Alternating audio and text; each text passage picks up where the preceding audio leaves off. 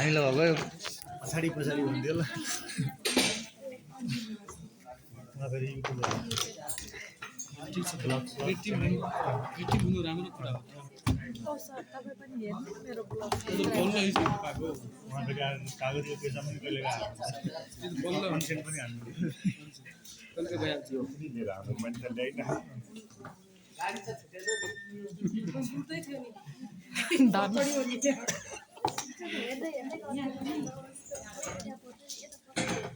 त्यो रहेछ यता आउनु न यहाँ भित्र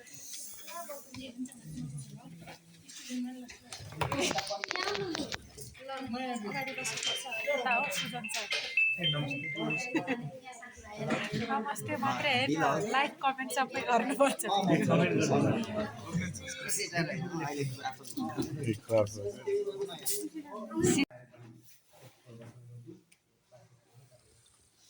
सम्पूर्ण नमस्कार म बेगबहादुर कटुवा पोल्ट्री निरीक्षक स्वास्थ्य कार्यालय सम्पूर्ण नमस्कार म युवराज श्रेष्ठ मेरो भन्नुभन्दा म स्वास्थ्य कार्यालय सम्पूर्ण नमस्कार मेरो नाम निवेदिता मण्डल घर धरान अहिले काम गरी वडा नम्बर 7 सरकारी स्वास्थ्य चौकीमा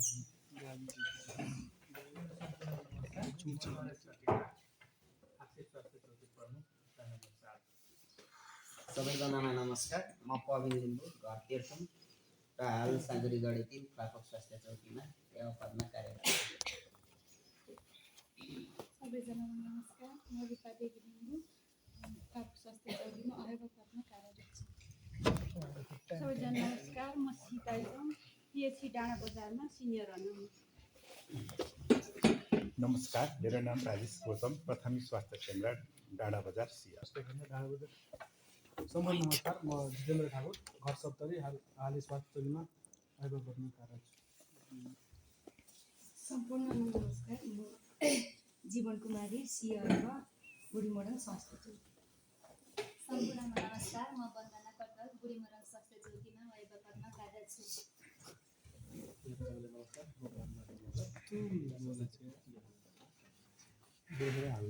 सम्पूर्ण नमस्कार म राजेश कुमार चौकी सियर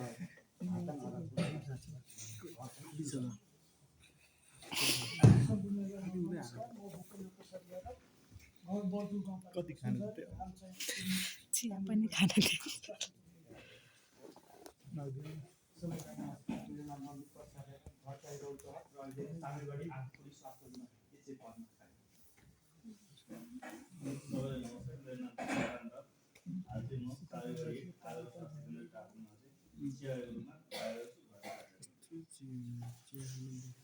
नमस्कार मेरो नाम राममाया हो म साँगुरी गढी 1 नम्बर आधारभूत स्वास्थ्य केन्द्रमा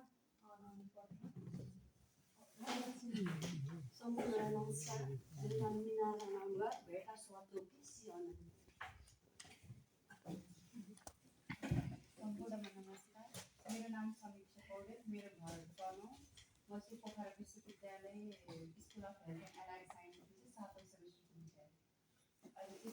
अहिले चाहिँ घरको नाममा चाहिँ हाम्रो स्वास्थ्य सम्बन्धी कुराहरू सिक्नलाई चाहिँ।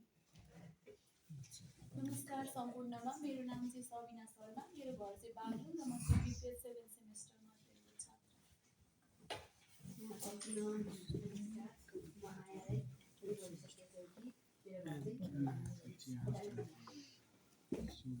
नमस्कार म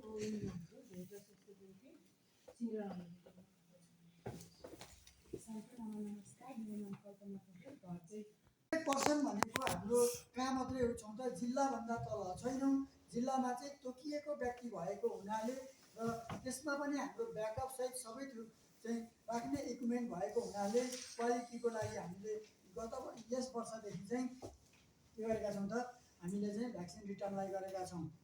र अर्को छ खोप कार्यक्रमको उपलब्धि मूल्याङ्कन खोपबाट बचाउन सकिने रोगहरूको निरन्तर अनुगमन र महामारीको पूर्वानुमान पहिचानहरू प्रतिकारको लागि खोपबाट बचाउन सकिने रोगहरूको प्रभावकारी सर्भिलेन्स। अब सर्भिलेन्सको कुरा गर्दाखेरि विगतमा डब्लुएचओले गर्नुभएको थियो काहीँ केही भयो भने गर्ने त हामी नै दिउँ तर खबर गरिसकिसके पछाडि के गर्नुहुन्थ्यो त उहाँहरू पुगिदिने एउटा उहाँहरूको एउटा च्यानल थियो। तर अहिले अब फोलियो ट्रान्जेक्सन प्लान पछि कुरा पनि गर्छौँ त्यो फेदमा त्यो कारणले गर्दाखेरि अब चाहिँ 2030बाट चाहिँ टोटल्ली हामीलाई नै त्यो चाहिँ के हुँदैछ त हस्तान्तरण हुँदैछ। अब त्यसका 3टा फेज छन्, पछि त्यसकै टपिकमा कुरा गर्छौँ। र त्यो कारणले डेलिभरी कहाँ भयो? पहिलो क्वेसन, डेलिभरी हुने बित्तिकै कुनै सुई लगाइदिनु भएन भन्ने खालको त्यसरी कुरा आउँदो रहेछ।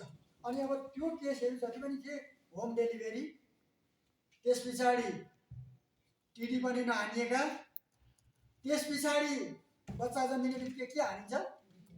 भिटामिन के हानिन्छ? भिटामिन के नहानिएको। अब त्यो भइसकिसके पछाडि त्यसको जवाबदेही को हुने पहिलो नम्बर। अनि त्यो कारणले गर्दाखेरि मैले अगाडिको एउटा घटना पनि सुनाएँ तपाईँलाई। टिडी 3टा हानिसकेपछि कतिको त सुन्नुभएको थिएन, अब 3 हानिदिएको पछि यही कारणले मऱ्यो है चाहिँ तपाईँको बच्चा मर्छ भन्यो भने चाहिँ अब त्यस्तै घटनाहरू पनि घट्यो। त्यो कारणले गर्दाखेरि यस्ता कुराहरूमा चाहिँ तपाईँ हामीले अलिकति थोरै कन्सियस चाहिँ हुनुपर्ने छ।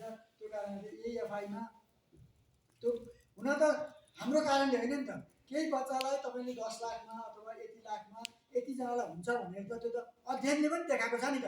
तर अध्यक्ष एवं पालिकाका अध्यक्ष लेखा म यता पालिका हुन्छु त्यो स्वास्थ्य कार्यालय धनकुटाबाट पाल्नु हुने साथीहरू विभिन्न प्रकारका सुझाव सल्लाह सहाय दिएर हामीलाई खोप दिन प्रयोग गर्ने 2 जना साथीहरू स्वास्थ्य शाखाका साथीहरू अब बुझाइसक्यो। औषधि खानेहरू छन् भने माथि आए पनि साना बच्चाहरू गर्भवती महिलाहरू औषधि खाने छन् भने माथि महिलाहरूलाई विभिन्न प्रकारका खोपहरू दिएर सुरक्षित राख्न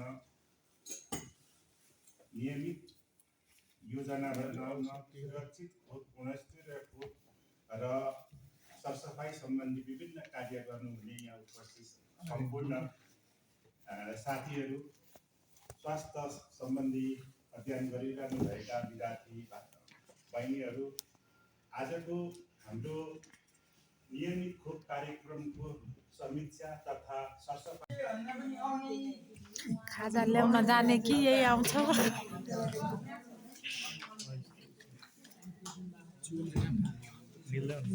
कस्तो हुन्छ नि सीता सिस्टर खाजा खाँदै हुनुहुन्छ। सबै सुजन सर खानु हुँदैन तपाईँ? हाम्रो सरको भेज खाजा हो, अहिले आइपुगेको छैन। हाम्रो यता नन भेज।